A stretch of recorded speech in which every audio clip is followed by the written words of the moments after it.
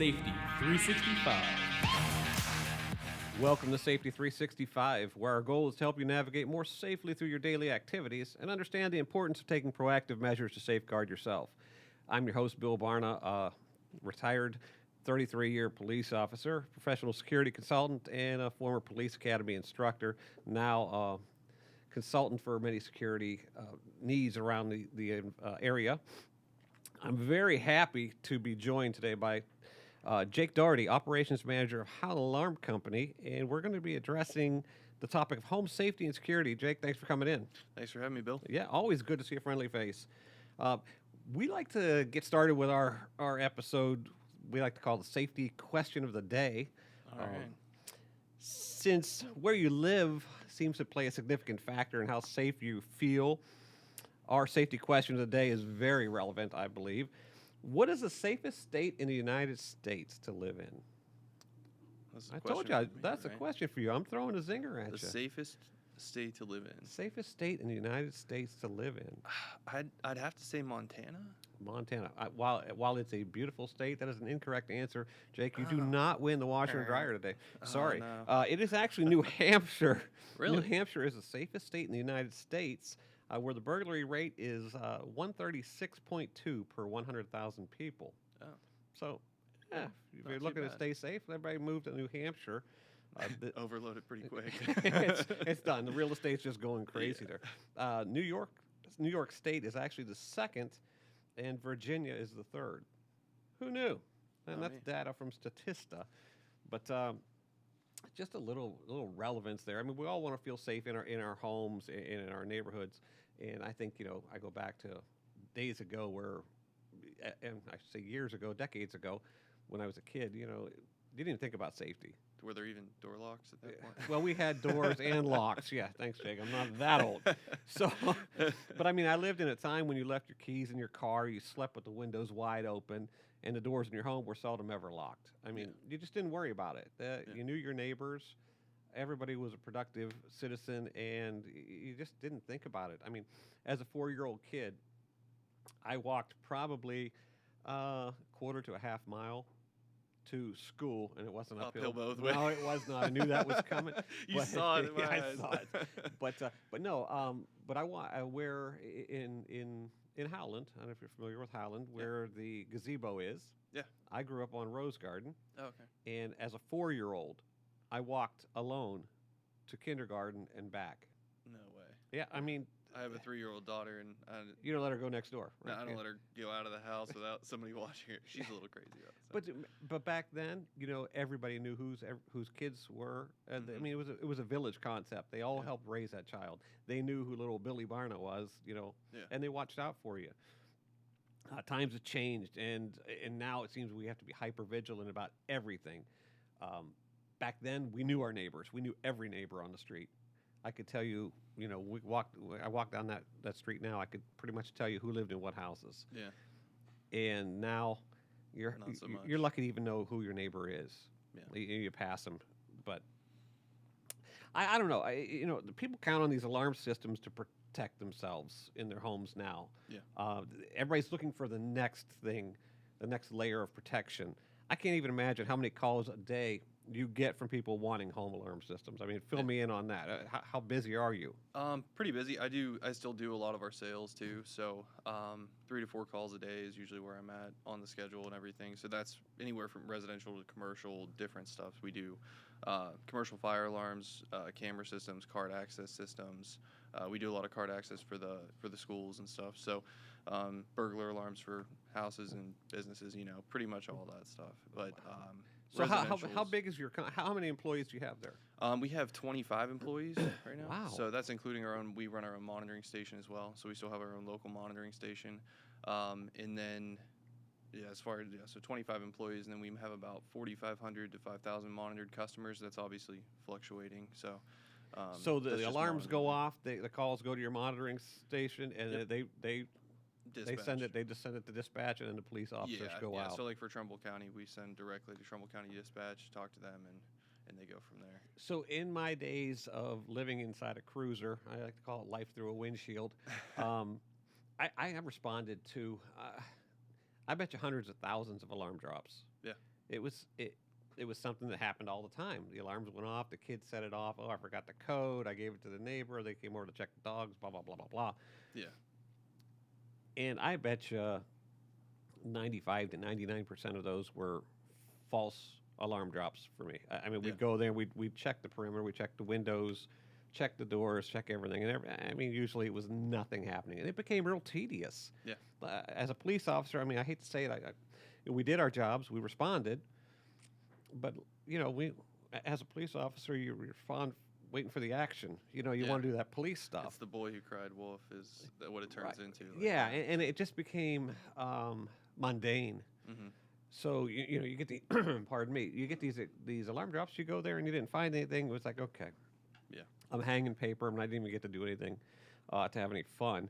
But, I mean, nationally, it says, I did a little bit of research.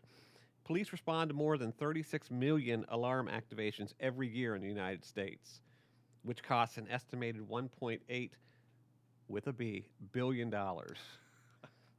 That's a lot of wasted labor. Oh yeah. And that came from the Center for Problem-Oriented Policing. But it became that the alarm drops became what's happening is the alarm drops become a lower priority now. Mm-hmm. Especially, the crime rates are soaring. Big Home burglaries are definitely up. I mean, it's happening. People are whether they're supporting the drug habit or this is their job, is robbing houses. Mm-hmm. We're seeing crime on the uptake. Police officers are retiring in droves, so you have decreased staffing, and then you've got this cry from people saying defund the police, give them less money to go do their job so they can do more. Yeah, not the answer. It's not the answer. So police are doing more with less, and they got to prioritize things. And unfortunately, I know it's not what you want to hear. The alarm drops are kind of lower on the list. Yeah, they do fall down because majority of the time if there is a break-in, it seems like they try to break in when nobody's home. So the police officer's job is to protect life and property at the same time. Sure, but life sure. is 100% a priority. So if they're going to stop somebody from stealing your TV, that's a lot lower than domestic violence calls or other things that are going on. Domestics, crashes, shoplifters. I mean, you can't turn the TV on and not hear about a shooting or stabbing or assault that's happening. I mean, the boys in blue definitely have their job uphill right now. Yeah. They're pushing the cart uphill. That's for sure. They've got their hands full. When we looked at all the 765 U.S. cities with a population of around 50,000 or more, according to the Census Bureau, we examined policies surrounding home security systems and subsequent police response, as well as the impact of false alarms. There was an overabundance of false alarms that has contributed to dozens of U.S. cities adopting, I hate to say it, non-response policies. So with everything going on, this is a study from Deep Sentinel Labs, and these cities with larger populations are saying, you know what, guys? You're not even responding to alarm drops. Yeah. So as a homeowner, I'm thinking, hey, I got an alarm system for what? Yeah. But we talked earlier before the episode, and it's not just a silent alarm. You guys also have audible. Yeah. So Right. whoever 99% of the time, whoever's breaking into that house knows very quickly that somebody is being contacted. It might be the police and it might be the homeowner, and the homeowner coming there might be a worse day for them, depending on who it is, Absolutely. than the police showing up. Absolutely. So from what I've seen most of the time is they run the other way. If they know what's going on or they know what they're targeting to get into there, they know where the woman's jewelry box is, whatever it is. They know what they want. They'll snatch it and run. So they rarely hang out, it seems, when there's that noise going on. It's nerve-wracking, too. It's a loud noise. There's nothing worse than cracking a door open and hearing the shriek of an alarm system blaring. Yeah, it's not pleasant to be around, so. I know as a police officer, we've gone into a number of businesses with these things just blaring. Oh, yeah. And you some of can't those hear sirens yourself are, think. Yeah, they're 120 decibel sirens inside a warehouse is going to be.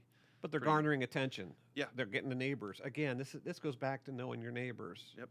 They're getting the neighbors like, hey, what's going on over there at the Smith house? I hear all this sound. And you look Yeah. over there and you see the guy, with the raccoon mask Yeah. running out, right? That's the only guy that ever Yeah. shows up. Exactly. But in America's most populous cities with 1 million or more residents, nearly 80% of them have no guaranteed police coverage for their alarms. Yeah, Wow. it's a lot. See, we live in this little, Bubble.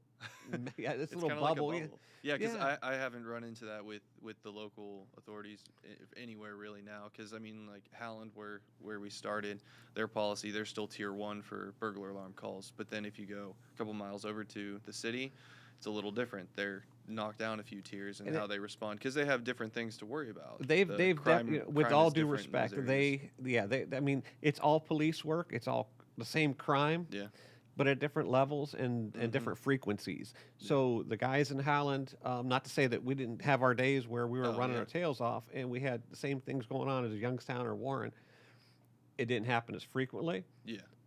You look at the bigger cities, more people, more problems. Yep. So Exactly. It just You- depends on where you're at. you can understand why there's a hierarchy assigned. Oh yeah. So the top 3 no response cities, if you can believe this, all on the West Coast. No. I can't. I was shocked when I heard this.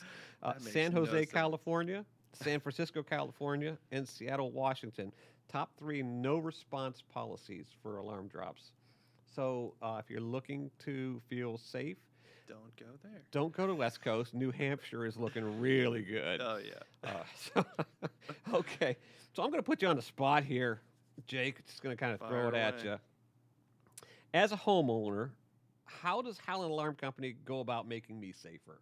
What do you do? What's your pitch? Give me your elevator pitch right now. Elevator pitch. Okay. So, well, normally when I go into a sales call, I just start with figuring out what the people are concerned about, what they want to do, because that's the reason they called.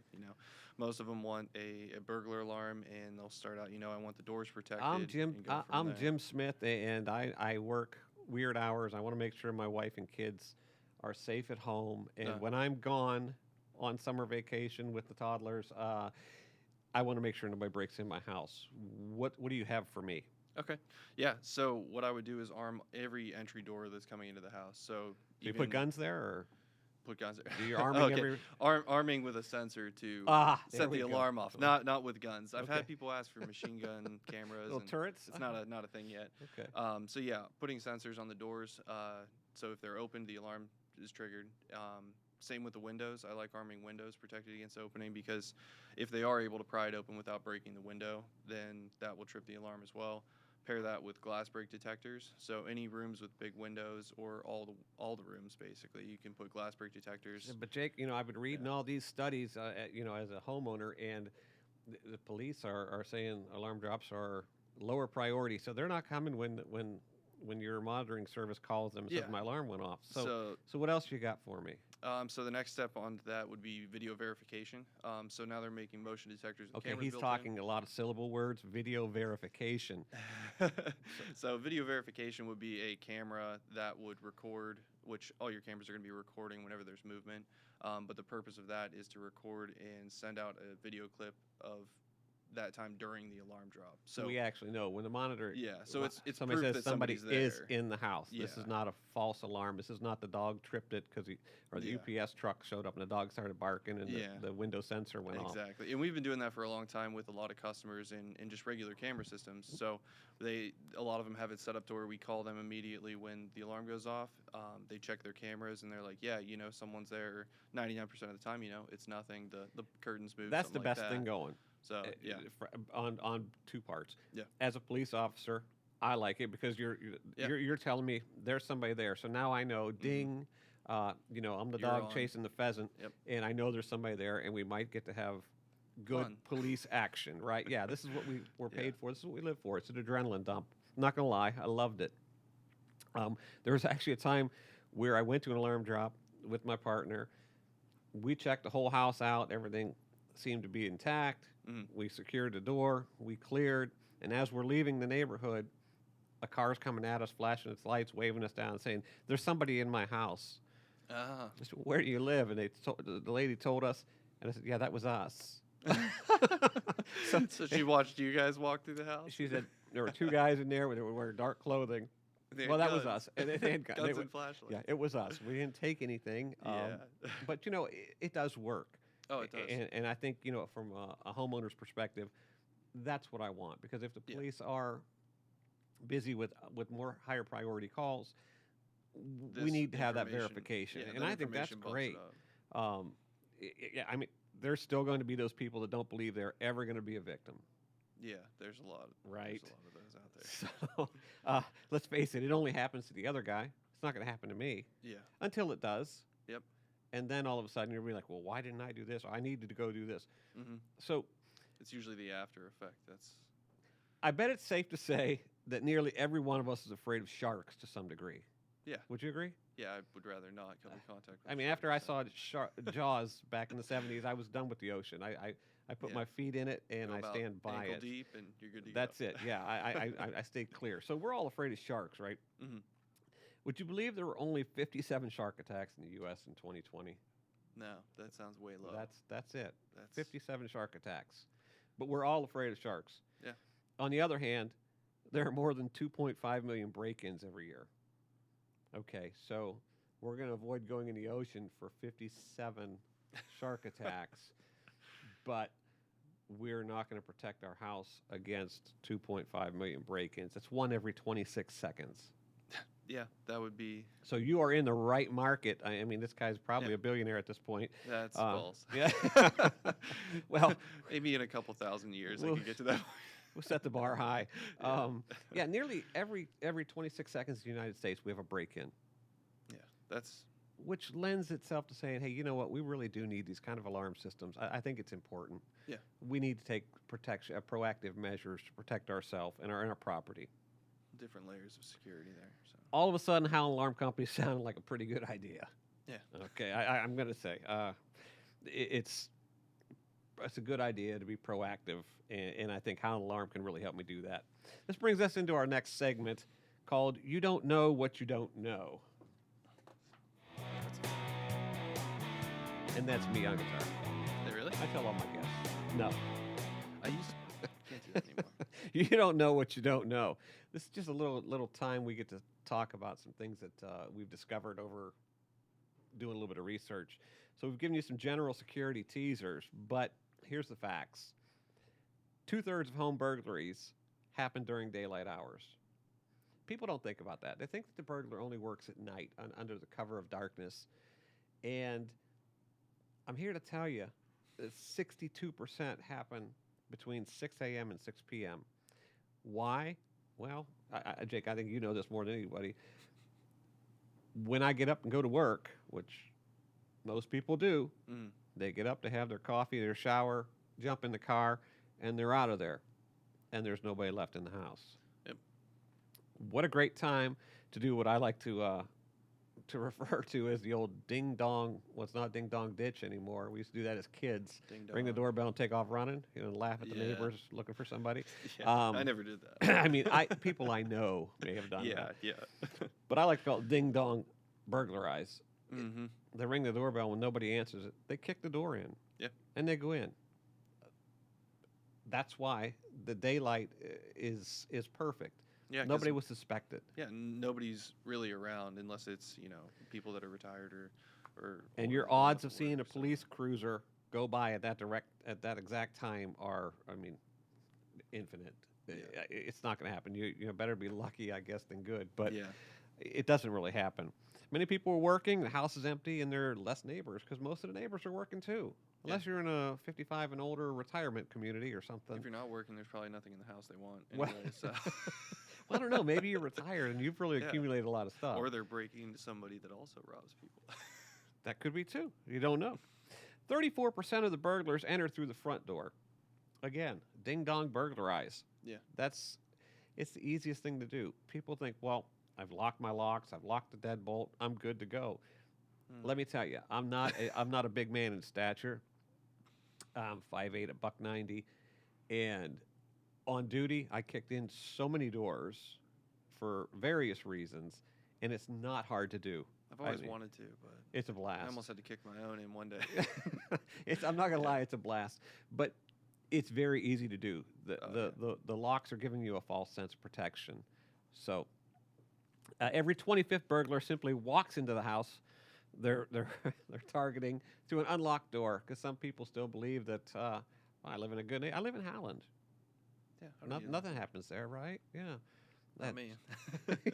It does. Lock the doors. It does. Again, you don't know who your neighbors are either. The people are in that. They feel safe in that neighborhood, and they don't feel the need to lock the doors. But 34% of burglars enter through the front door. Seems to be the best point of break-in. The average break-in lasts between 8 and 10 minutes. Cash and high-value items easy to carry, and you touched on that before. People are going to be in there, and they're going to look for the cash. They're going to look for easy-to-carry electronics that they can pawn or sell, and they're going to be gone. And guns. They look for guns a lot. Guns, too. yeah, Gun guns. safes. If you don't stuff have, like and that. people, if you don't have a gun, if you own guns and you don't have a gun safe, get out now and get one. Yeah. Because if these guns end up in the wrong hands, it's just a nightmare. For everyone. I can't stress that enough. Get a gun safe. It's highly important. You're saving somebody else's life, because if they are stolen, they're going to be used for no good somewhere down the line. 51% of the burglarized homes are targeted again within the 6 weeks. So 1 out of every 2, a little bit better than 1 out of every 2 burglaries, they're coming back. Why? Because they were only there for 8 to 10 minutes. Yeah. They wanted to get in, get something, and get out before the police response. But they had enough time to look around and say, they've got I some want good this, things I here. want that. Yeah, they've got some good things here. So they're like the Terminator, I'll be back, right? One of those things. Only 13% of the reported burglaries are actually cleared by the police. So if you're thinking, well, I hope the police catch them and they have, justice is served. Yeah, well, you know what? I don't think it's going to happen. Yeah, and now today with everybody wearing masks, and for the most part, people that are doing bad things are trying to conceal their identity. And even if you have cameras, you would have cameras to know that somebody broke into your house and see what happened and prove that somebody was there. But past that, knowing who the guy in the black pants with the black hoodie and the black mask and the black sunglasses is right. I mean, and if this is a it's career pretty criminal, trust me, they're going to know how to go in without being seen or without being documented that they were there. Yeah. They're probably going to have gloves. They're probably going to have masks, sunglasses, whatever. Yeah. To whatever they need to deter their identity or cover their identity.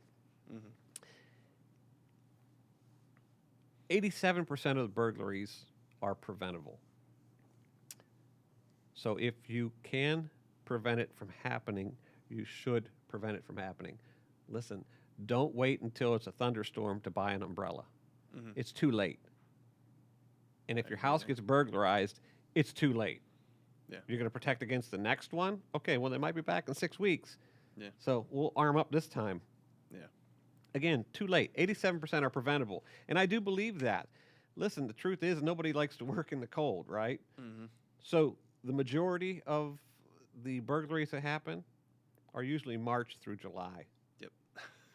Why is that? Well, where do we go? Nobody wants to be outside in the snow. We got spring break. The crack of the sunshine is starting to come, especially balmy Warren, Ohio. Yeah. 80 degrees one day and 40 the next. We're living it. So when spring breaks, after this cabin fever, we're ready to get out there and do a little vacationing, go somewhere and travel. Maybe enjoy some of the sunshine. Yeah. In summertime, we like to get away with our families and head to the beach. That's kind of seems the thing to do. So the burglary rates are up, and when it's warmer weather, they're going to be out and about doing what they do. Yeah. So be smart, because the average burglary victim loses about $2,800 in each burglary. Yeah. That's kind of amazing. I didn't realize that until I feel did like my it's research. It's pretty easy to get that amount of stuff from pretty much any home if you think about it. Like TVs are light now, so you can carry those. Those don't seem to be a big hit though. It's usually the jewelry and Electronics, firearms, are gaming expensive. stations. Yeah. Your Stuff like Xboxes, that. your PlayStations. Those are big, high dollar yeah. items. You can't even get them now because And you you can flip can't 'em. get computer chips to make them, so they're in rare supply. Yeah, right? so they're more expensive, and you can sell them quickly, and that seems to be what they're going for. Why, But, you have one? no. You want to sell one? I'm looking no. for a PlayStation. No? PlayStation. I'll keep my eye out. All right. You're in the right line of work. Yeah. All right. See what we can find. So, I mean, let's just be smart. Let's not let ourselves be a victim. Let's be proactive. That $2,800 that you could lose, rather than lose it, let's use it to protect ourselves. Brings us into our next segment we like to call Reaction Time.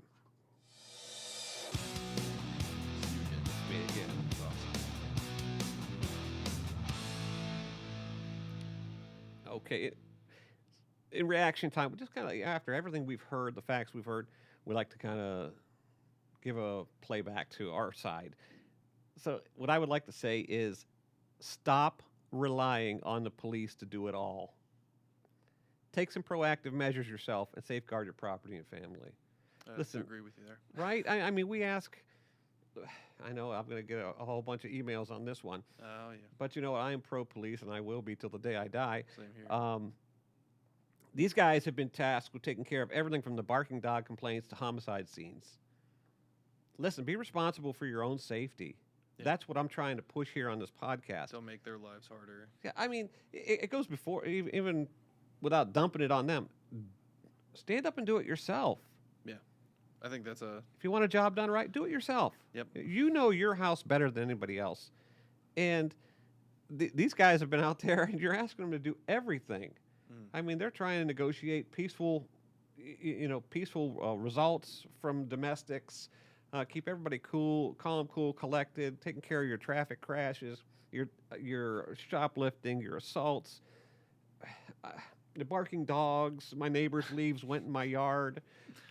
Believe me, these are calls we get. I get some of those too, because those are the ones that call for the camera systems. Like, my neighbor's blowing their leaves in my yard. Right, I'm going to catch him. You know, there's wind, right? I'm going to catch him because those leaves are in my yard. The grass clippings are blowing in my driveway.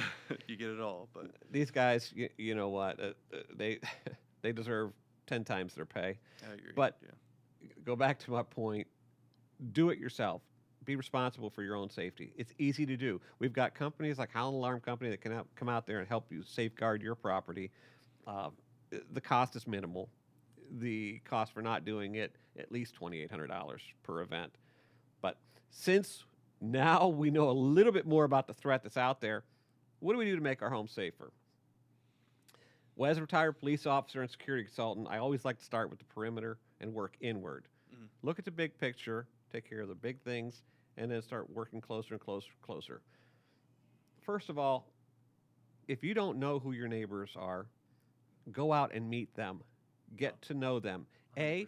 Get to know whether they're a threat to your safety or if they're going to be somebody that can help you out. That would be good to know. Yeah. Right? Yeah, I mean, you don't know. Maybe they are. Maybe you get that sixth sense and says, hey, these guys are That's creeps. Kind of sketchy. Yeah, I don't want to live next to them anymore. But yeah. Or they're the people that are going to look out for you. So, I Yeah. mean, honestly, it takes a village. Yeah. It takes a village to raise that kid, and it takes a village to look out for itself, to keep it. That's kind of how my neighbors are. I moved into a good spot apparently because all the neighbors have been there for a while, but they're all like, "Hey, I'm going out of town. Can you keep an eye on the house?" Absolutely, It's vice yeah. versa. So everybody's always kind of looking out, and between all the houses, someone's usually there. So it works out really well that you always kind of have someone. You've got your around own and- security system built in. Yeah, and it's not that I want them to respond to someone breaking into my house. We'll just but pick up the it's- phone and call Yeah, the it's like, police. hey, someone's around Right. your backyard messing around. So yeah, it helps. For So sure. that's the first thing I think of is get to know your neighbors. That's the first level of securing your home. Secondly, I'm big on a nice yard with the straight lines, and get those kids off there because you're messing up my lines. But my wife says I'm OCD with it, and I will agree to some extent. Landscape with safety in mind. Don't put these huge arborvitaes in front of your windows and on your walkway up to your house. Look at these little boxwood shrubs lower to the ground where people can't hide behind them. You've seen the commercial that where they're trying to play hide and seek in the desert. Yeah. And I think about that heavyset guy hiding behind that one blade of sawgrass or something. Yeah. But landscape towards safety, and look at it. And it may have already been there when you bought the house, but trim it down. Yeah. Don't create hiding spots for people. You don't know. I mean, maybe if they're not trying to break in, they might. I ripped out one by my front door because it was covering a lot of what I could see from the front door and what you could see looking from different angles from the front of the house. So it gave a lot of coverage, and I didn't really. You try and use low height shrubbery. Try and clear away the overgrown areas. Walkways always seem to have the large overgrown landscape around them. I don't know. Yeah, it's good cover. It's good cover. Next, lighting. Have some lighting out there. If you don't put on walkway lighting, what I've pushed as a police officer to people is they're always asking, what do you recommend? I'm kind of worried about this. Motion sensor lights. Those are great. because when they turn that dark corner in this, and it pops on. You like don't know if somebody flipped the 10,000 switch lumen- or Yeah. if that was motion Yeah. sensor, and it does distract. I mean, it's going to create a reaction. They're going to be less likely to try and break into your Continue. house. Yeah, they're going to go somewhere else. Yeah, they don't like if they're doing it at night. They're doing it at night for a reason. So you put them that's into the daylight. and your surprise neighbor- factor. Yeah, you're just Like, like, haha. gotcha. And those probably, you probably talk to Jake here. He probably has those that wire right into a camera, and not only will they surprise them, they'll catch them on camera. I mean, we Yeah. get a lot. I know All and we kinds used to of get a stuff lot out of there. people would go throughout the night and be going through cars, get taken out to change, and the radar detectors, and Yeah, so cameras were great for that. And again, motion sensing lights really helped. You could see the Yeah. guys walking up, and when that light went on, we had a they'd customer scatter. that I think helped catch some people down in it was another city, but they were doing that, and they actually had a guy laying on the driveway pointing at the front door with a gun, and then the other guy was checking the cars. So it was like another level of the check That's- to see if they're unlocked thing. That's but the next level. There, yeah, yeah. he had the motion light and everything, and then the camera was able to catch color and everything once that light came back on. That's so see, infrared light goes that's off. awesome. That's Yeah. use automatic timers too. If you're going to be away, obviously there are high tech apps everywhere. You can lock your house down with them. You can Yep. monitor what's going on inside. I mean, I've got a camera that I can check on my dogs when I'm not there and Throw treats at and 'em? throw them treats. Yeah. Yeah, I love it though. I love it. I mean, because that's Oh, yeah. fantastic. Next thing I would say is, listen, you're not living in New Hampshire, so lock your door. Oh, 100%. Lock your door. Sure, the majority of us turn the knob, press the button, and even twist the trusty old deadbolt before we retire for the night or leaving for work. But have you ever really checked it? I mean, are you just going by what's there? Okay, I've got a doorknob and a lock and a deadbolt. I'm just going to leave it go at that. So, we're going to get overrun here by announcements, I guess. So, if you haven't really ever checked it, take a look at it. The only thing holding those strike plates and stuff in there are like a 3/4 inch screw. It's Yeah. barely going into the trim woodwork. Get those 4-inch construction Yeah, screws. yeah, and- 3.5, 4 inch drywall type screws, and put those in there so they go into the studs. Because people, when somebody kicks your door, the first thing to go is the wooden trim. It's Oh, not yeah. the steel deadbolt. It's not the steel latch on your lock. It's the weakest trim. link. It breaks right now. So if you can secure those strike plates into the studs, they might still get some penetration, Buys time. though. but they're gonna have to expend a lot more energy. I can tell you that. Mhm. Look at your locks. Typically, you're gonna have a low grade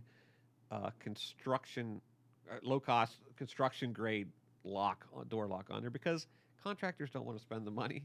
No, to build your They all house. look about the same, right? Right. So, Nobody checks it out. I'm No. guilty of that. I've replaced mine, Mhm. but I know when a house was built, that's what I got. So look at your locks, and many people don't know there are 3 different grades to your locks. There's a grade 3, which is probably what you have, the low cost construction grade, and it's only tested to handle 200,000 lock cycles. So 200,000 lock cycles, lock it today, lock it tonight, lock it today, lock it tonight. Do the math; it doesn't take long to get there. And two door strikes of 75 pounds each, 150-pound test. So if I hit your door with a bag of potatoes, that's probably Man, if I just fell a little bit, from right. the door, yeah. it's gonna Jake's go. a big guy. I mean, I'm a smaller guy, but I've kicked a lot of doors. I don't think it'd be I hard have for not him. done it. But 275-pound strikes, That's not- I can definitely exert 75 pounds of force. Yeah, that's and kick that that's door not open. very hard to. I've actually so. gone on YouTube, and there are videos out there how to kick a door open. Oh, there's videos for all that. I now, just didn't I know. was Yeah. I was astounded. So- Was it the right technique that they were using? Or It was, yes. Okay. You want to make sure your leg is slightly still bent when it makes so you contact. don't buckle. It's and I give credit to my martial arts instructor Jim Bundy at Oh yeah. Team Bundy Gracie Jiu Jitsu. He taught us how to kick. I can tell you that. Anyways, so this most common lock is going to cost you about $30. There's a grade 2 lock which can handle up to 400,000 cycles, 4 door strikes of about 62.5 pounds with a 250-pound weight test. It's the next level up. It's not commercial, but it's better. It's better. It's more sturdy. And then there's a grade 1 lock that can handle up to 800,000 cycles and 6 door strikes, a 360-pound weight test. You're gonna have to be a pretty stout person to put 360 pounds into a door. I think. Yeah, so, I mean, I think if you worked at it, you could probably do it. Again, it comes down to the wood too. Yeah. Are you securing this That thing lock's into the good, studs? The lock's great, but you got to secure it into the stud. This top of the line lock's going to run you on the average low end around $300. Yeah. And Joe Cheap over here, I don't want to spend $300 on a lock. Yeah. That door's locked. I've got dogs. It's fine. I'm yeah. good, right? The two little chihuahuas running Yeah. by. Well, I got a little pit mix, and Oh, yeah. he's, I wouldn't. I wouldn't want to mess with him. No, he's Yeah. a mouth. So, but when you look at it, these are things you need to consider, Mhm. right? I mean, make it a little bit better for yourself. Use a little bit better lock to keep yourself safe. Layer your protection. Sure, the door locks are good. Sure, an alarm system is great. Now you're just one after another. When you go outside in the cold, you don't go out in a t-shirt. You put the t-shirt on, then you put another layer on, then another layer, and then another layer. Mhm. And the layered effect keeps you warm. Layered effect still does the same thing with safety. Yeah. We've got the door locks and a deadbolt. Great step one. We've put the screws into the studs. Great. Step two, we've got alarm system. Great. Now we're really building on this. Yeah. Maybe reinforce the door. I like to throw this little plug in, obviously, for Yeah. Bolo Stick, are one of our sponsors, because it's an added layer. It doesn't let that door swing open. Yeah. It's another added layer to that safety. While you're inside sleeping or while you're away, they might be able to break the wood on that door, but they're not going to be able to let that door swing open. Yeah. So now you've solidified your security. They're not coming in through there. Now they may go break a window. Mhm. Glass is glass, and there's armor film that you can put on there if you want. Yeah. All up to you how much money you want to spend. Yeah. But That is anyways, the truth. layer your safety. Layer your safety. Manage your visibility. What can you see outside? When you go to the door, do you have to open the door to see who's there? No. Are you still using a little peephole? Yeah. My door has some small windows which I can see through it. Well, yeah, you're but, like yeah. 7'2". No. But at 5'8", I'm not. quite. I got a little mini tramp. I got to keep jumping up. Yeah. But, We'll I put mean, a little stool next to the door. but even like the Ring doorbells or Yeah. different cameras you could put up, I'm sure Yeah. that lets you see who's anything. there before you even open the door. Yeah. Also, don't let people see inside. Avoid where you're placing your valuables. Yeah. I don't think you want to leave your briefcase of money on the coffee table where they can see through I need to the go window. Get that. Yeah, I need to pick that I up. need to pick that one up. But lastly, and I really believe this, consult a home security specialist. How alarm companies out there, Jake's out there. If I have a plumbing job, I'm going to call a plumber. If I have an electrical job, I'm calling an electrician. If I've got a security job, I need to call somebody that's educated and is Yeah. a specialist. And I'm going to call Jake from Howland Alarm Company. They can evaluate your specific needs and provide a variety of options to safeguard your home and family. And I'm sure you have different levels for people that are budget minded. Oh yeah, there's options for everybody really, because you can go extreme and tone it back a little bit, and the possibilities are really endless for how you can go.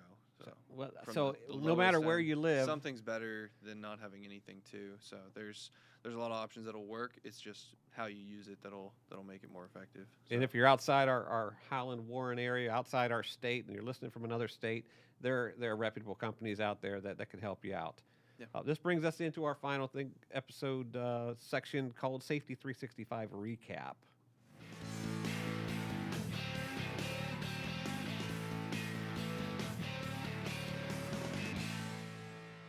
Okay, so we've already covered this. Unless you're living in New Hampshire, you aren't safe as you think you are. So New Hampshire is the safest state in the United States. We in the United States see 2.5 million break-ins annually, every 26 seconds. Let that sink in. You could be a victim next.